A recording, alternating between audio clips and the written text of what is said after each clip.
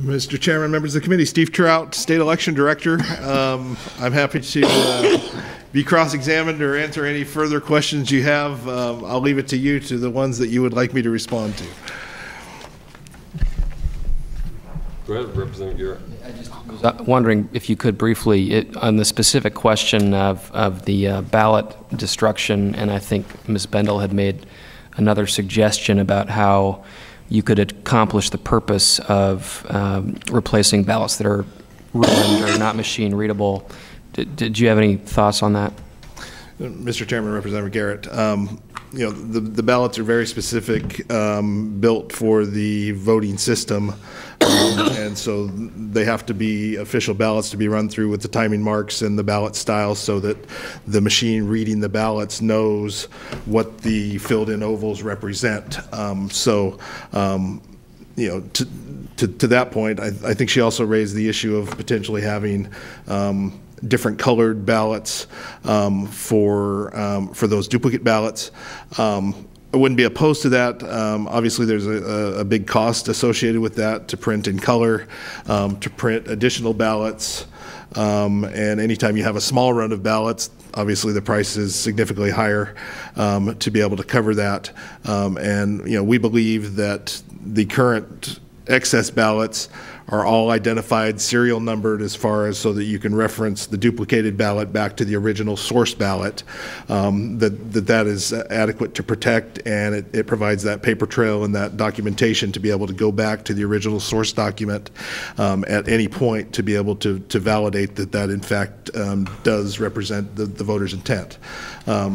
You know, the issue with the ballots is I understand there's a concern with, you know, in Multnomah County, it sounds like a large number of unused ballots. As an election administrator, the biggest error I can ever make is to run out of ballots. I mean, that is really what this comes down to. There is no county that can take that risk that they are going to run out of ballots. And when we're talking about the volumes that especially a county like Multnomah is running, you know, to run an additional run of ballots is you know, very small cost when you're talking about a large run of ballots. So could we go to some other, you know, a color base on the ballot for those ballots that are duplicated? Yes. Is it worth the cost? I don't think so, because I think there's enough security and process there to be able to identify those ballots and to be able to link back to the reference, the original reference document, the hand marked ballot of the voter. Thank you. Sure, huh? Thank you, Mr. Chair. And I think to some degree in this area of destruction or not, we're putting you all in a lose-lose box, because if we directed you to destroy the ballots, then we would complain, oh, you destroyed my ballot. I voted, then you destroyed my ballot. But I'm intrigued. Ms. Deisinger suggested a potential middle ground, and you may have heard her suggestion. I'm wondering what you think about it, which is to kind of get away from the destroy or don't destroy option, and as she said, mandate that an exact count of all ballots be kept in a log related to the uncounted ballots, the uncast ballots. Is there an obvious problem, downside to that, or is that a potential happy medium? No, Mr. Chairman, you know, that's one of many accounting methods that we have for those ballots. You know, come in and we know how many ballots are delivered from the printer. We know how many were mailed out. We know how many came back undeliverable. We know how many came back voted. We know how many envelopes came back. We'll have more empty envelopes than we'll have ballots, because some envelopes come back with no ballots in them, or a ballot, believe it or not, from the previous or two previous elections that the machine will then kick out. So there are many different scenarios here that the counties are faced with in counting ballots, and that's why there are multiple checks and balances and accountings that take place for all of these ballots to ensure that only those ballots that were cast are the ones that are counted. You heard a lot about the Multnomah County recount here this afternoon, and as you may note, that after the recount, the numbers came out exactly the same. So we have full confidence in the process. The entire point of this Section 4 of this bill is to provide for the security and the accountability of not just unused ballots, but all ballots that come across. That's what we really need to focus on.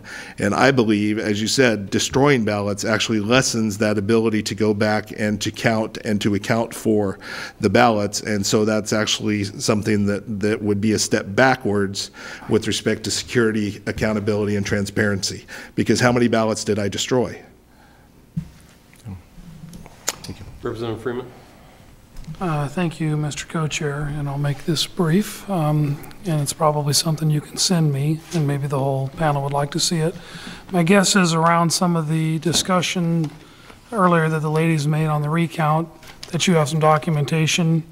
I'm sure this isn't the first you've heard of it. It's surely not the first I've heard of the problems, the perceived problems that occurred, like the lack of signatures and some of those things. Any type of information you have on what went on there and your take on it, I would sure appreciate seeing. Mr. Chairman, Representative Freeman, so correct me if I'm wrong. So you're looking at any data that we have as far as those accounting purposes, as number of ballots accepted, those rejected, and for whatever reason, any stray ballots, those duplicated. Is that the kind of data that you're looking for? Oh. Follow up. Yeah, including the protocol around signing the seal on the boxes. Okay. I find that to be a real curious situation if that's in fact what occurred.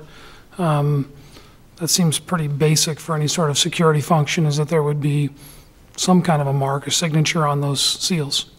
And Mr. Chairman, Representative Freeman, I'd be happy to talk to Multnomah County about that. And you know, I know there are procedures and processes in place.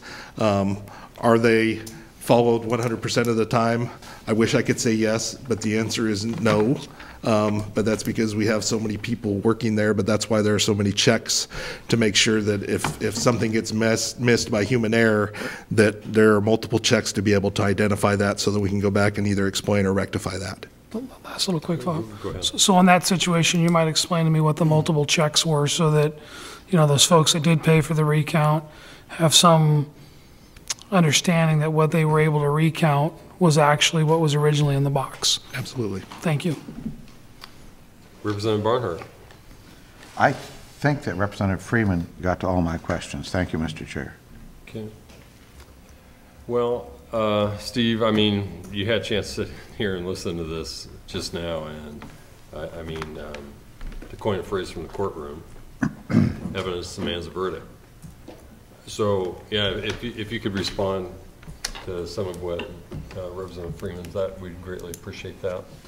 And Mr. Chairman, thank you, and it works the other direction too. We'd be happy to respond when provided evidence of any of these alleged improprieties. We take them very seriously. I appreciate the passion and the commitment to democracy that the previous witnesses have displayed. I share that, but until I have something in front of me that I can address, there's not a lot that I can do. Okay. Thank you, and that's an affirmative. Okay.